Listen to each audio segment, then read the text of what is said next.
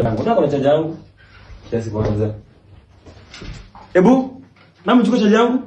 Yaani natafuta chaja tangu asubuhi kumbe uko nayo? Hebu acha kunipigia makelele. Pigia mwingine. Acha kunipigia makelele, hii chaja ni yako tungeandika jina. Achana na hiyo chaja. Achana na hiyo chaja. Unasema nini sasa? Sisi ni chaja yangu nakwambia. Achana na hii chaja.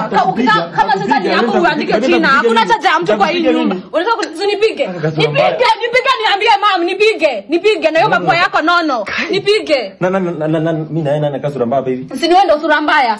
Kama unataka kunipiga tunipige. Unadhani mimi ni bibi yako? Hebu achilie pigie kwetu mimi. Mimi nakupiga wewe unaambia nini?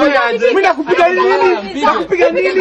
Unaambia nini? Anataka kupiga Imagine huyu anataka kunipiga. Unataka kupiga tangu bro. Lakini sana kuna mdomo. Wewe ujui brand yangu wewe utapigwa. Unajaribu kupiga tangu. Acha ujinga bro. Lakini yako na mdomo pia yeye. Hebu shikie. Twende.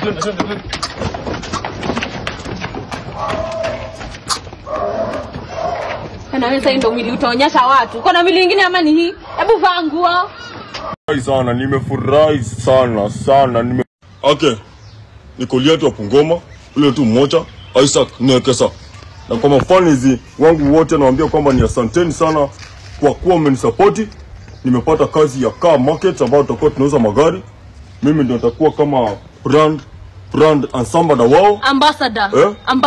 Brand ambassador. Hiyo tatumia hiyo yako kutoka kama brand ambassador wao ambapo tunauza magari. Gari ni mingi. Tuangalia gari hapa hivi. Ni mingi. Hii ni moja wapo ya zile gari ambazo ziko hapa hivi ndani.